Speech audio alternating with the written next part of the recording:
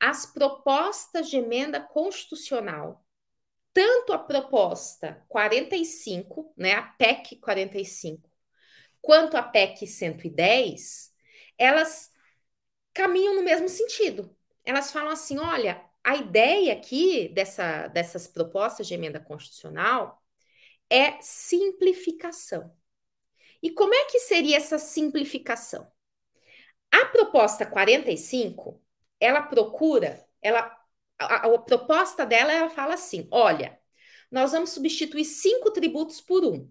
Quais tributos são esses? PIS, COFINS, IPI, ICMS e ISS. Tá? Então, PIS, COFINS, IPI, ICMS e ISS seriam substituídos por IBS, Imposto sobre Bens e Serviços. Então, a gente teria o quê? PIS e COFINS, que são sobre a receita e são da União. Nós teríamos o IPI, que é o Imposto sobre Produtos Industrializados, que sumiria também. Nós teríamos o ICMS, que é na circulação de mercadorias, que é dos estados. E nós teríamos o ISS, que é dos municípios. Opa, já começou o problema aí. Por quê? Porque os estados e os municípios falaram assim: peraí, nós vamos perder nosso tributo. Porque o ICMS é meu.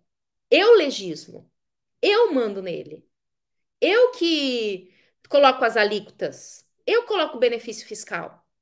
O município, a mesma coisa. Fala assim: não, peraí, que negócio é esse da União BT querer dar palpite aqui no meu tributo? Por mais que se fale assim, não, segundo a proposta de emenda constitucional, vai ter um comitê gestor. Esse comitê gestor vai arrecadar, vai repartir esses tributos, etc. Né? Não, não vai. Então, o que essa proposta, que é a PEC 45, fala? Ela tenta colocar todo mundo no mesmo pacote. Qual que é a ideia dela? E essa não vai dar certo, tá? Acho que já está até ficando de escanteio por isso mesmo. Ela fala assim: olha, vai ser um tributo, que é um imposto sobre bens e serviços, tá? No mesmo pacote. E aí, o que acontece? Vai ter uma alíquota igual para todo mundo. Já pensou que caos isso? Uma alíquota igual para todo mundo. Olha o absurdo. O que seria uma alíquota igual para todo mundo? Uma alíquota igual para todo mundo seria assim: eu sou comerciante de copos. Então, a minha alíquota vai ser de 25% de IBS. Eles estão falando em torno de 25%, 27%. O Felipe é dono de uma escola infantil. A alíquota dele vai ser 27,5%. O Marcelo, que tem um escritório de advocacia, a alíquota dele vai ser de 27,5%. Menos o Simples Nacional, tá? Isso não acaba, nada disso acaba com o Simples Nacional. Todos eles procuram manter. Mas se a empresa não tiver no Simples Nacional, seja ela uma indústria grande, pequena, seja ela um prestador de serviços, né? Seja ela um profissional, né, prestador de serviço assim, intelectual, como um advogado, a alíquota vai ser igual. Só que o problema, sabe o que é o problema? O problema é que o crédito não é igual. E aí vem a legislação e fala assim: ah, mas vai ser não cumulativo. Tá, mas uma indústria, quando ela fabrica copos, ela tem um monte de insumo para gerar crédito. Agora, o escritório de advocacia do Marcelo é mão de obra. Não tem insumos para gerar crédito. E mais ainda, né, tem outro problema. Por quê? Porque por mais que eles falem, vai ser não cumulativo, o crédito vai ser amplo e restrito. Olha o que aconteceu com PIS e COFINS.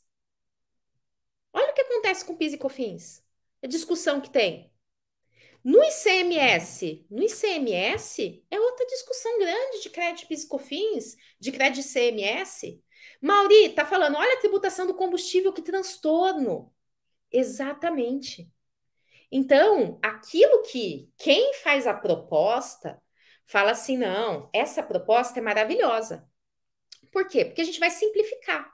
Em vez de ter 5 tributos aqui, ter que ficar discutindo se isso é mercadoria, se isso é serviço, tem que ficar discutindo isso.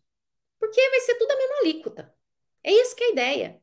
Não tem que ficar discutindo, né? se o Crocs é uma sandália de borracha ou se é um sapato de borracha, porque tudo é a mesma alíquota. Não tem que ficar discutindo se o sonho de valsa é chocolate ou é waffle, porque tudo é a mesma alíquota. Então, realmente, o nosso sistema é muito complexo. Só que colocar todo mundo no mesmo pacote, isso não vai dar certo.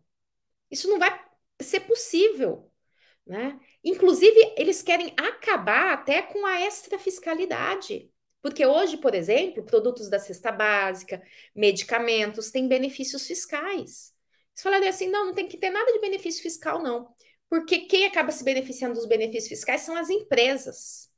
Então, eles querem criar uma proposta que, por exemplo, medicamento não vai ter mais alíquota zero, não, vai ser tributado. Aí você fala, mas e as pessoas que não têm condições? Né? Elas vão então ter que pagar o arroz com preço lá em cima por causa desse tributo?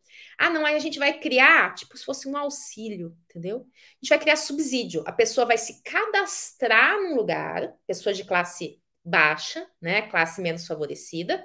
Então, em vez de nós desonerarmos, por exemplo, o arroz, o feijão, os produtos da cesta básica, não, vai ter tudo alíquota igual. Vai ser tudo igual para todo mundo. Né? E aí, quem for menos, né, se enquadrar no requisito lá de pobreza, se cadastra num lugar e vai receber um auxílio, vai receber um dinheiro para ajudar a comprar as coisas. Eu não sei onde que isso é simplificar, né? Até porque a gente sabe que quando o dinheiro circula demais, dinheiro some. Né? E tem mais um negócio ainda. Eles falam, inclusive, isso eu tô só na PEC 45, tá, gente? A PEC 45, além disso, ela fala de um imposto seletivo. Então, ela acaba com o IPI, só que aí ela fala de criar um outro imposto, chamado imposto seletivo, que é sobre bebida, sobre tabaco. É praticamente o IPI com outro nome. E pior ainda, vejam só, a gente está falando de alguns tributos, mas isso não mexe no quê? Na contribuição previdenciária, nas taxas, no sistema S, nas CIDs, no imposto de renda, na contribuição social sobre o lucro, no imposto de importação, no imposto de exportação, né? Vocês estão percebendo a quantidade de tributos ainda que vão ser IOF, né? ITBI, ITCMD, as propostas, por mais que ela é uma proposta de reforma tributária, elas estão preocupadas com essa tributação do consumo. O resto de toda a tributação nossa vai continuar aí. Exatamente, Leandro. Não é propriamente uma reforma. Não é falar assim, não, o nosso sistema vai mudar totalmente. Não. Eles estão querendo o quê? Pegar um certo filão que eles chamam de tributo sobre o consumo, que é PIS, COFINS, né, IPI, ICMS, ISS, e juntar tudo num tributo só. Se acabar uma discussão, vai ser realmente a gente não vai mais ter discussão se alguma coisa é mercadoria ou se aquilo é serviço. Mas nós vamos continuar tendo um monte de outras discussões, todas as outras e muito mais. Isso sem falar no regime de transição. Por quê? Porque todas essas propostas, elas não preveem assim de uma hora para outra uma mudança, porque isso muda inclusive a receita, a repartição das receitas. Então elas falam assim, não, regime de transição. Então significa o quê? Que a gente vai ficar com um período de aproximadamente uns 10 anos tendo dois regimes em conjunto.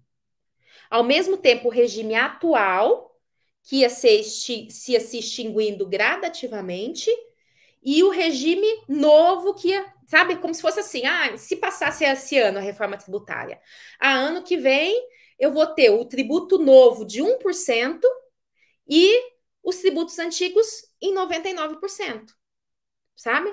Então nós vamos ficar durante o período com os dois regimes. Pelo amor de Deus, nem nós não vamos aguentar uma coisa dessa, né? Então, assim, o que eu acho também um absurdo. Acho que se tiver alguma mudança, tem que ser igual o CPC 2015. Dá um ano de vacatio legis para todo mundo se adaptar, etc. Mas muda de uma vez, porque senão fala assim: não, eu vou recolher uma parte do tributo de um jeito, outra parte do outro jeito. Exatamente, Mauri. Vai trocar só o nome das teses.